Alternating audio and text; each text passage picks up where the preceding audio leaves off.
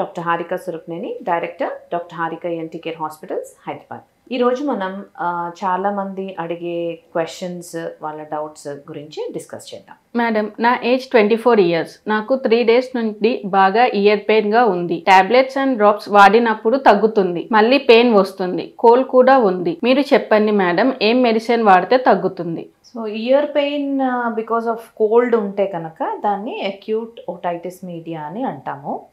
So in case అది cold followed by ear pain వచ్చింది అంటే కనుక ప్రాబబ్లీ ఆ ఇన్ఫెక్షన్ ముక్కు నుంచి చెవి వరకు స్ప్రెడ్ అయి ఉండొచ్చు. దీనికి యాంటీబయాటిక్స్ వాడాల్సి ఉంటుంది. దెన్ చెవి లోపల ఇన్ కేస్ మీకు చీమ వస్తూ ఉంటే కనుక చెవి లోపల యాంటీబయాటిక్ డ్రాప్స్ వాడాలి. లేకపోతే ఓన్లీ ముక్కులో డ్రాప్స్ వాడాల్సి ఉంటుంది.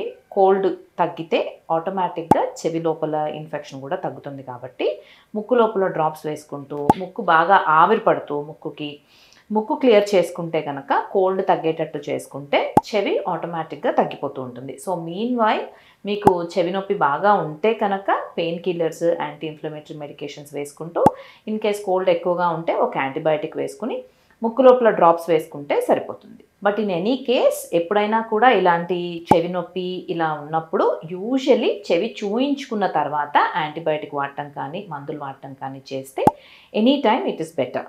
ఎందువలన అంటే ఒక్కొక్కసారి జలుబు ఉన్నప్పుడు చెవి ఇన్ఫెక్షన్ వచ్చినా కూడా ప్రాబబ్లీ చెవి లోపల ఏమైనా ఫంగస్ ఉండుండొచ్చు, లేకపోతే ఇంకేమైనా ఇన్ఫెక్షన్ ఉండొచ్చు.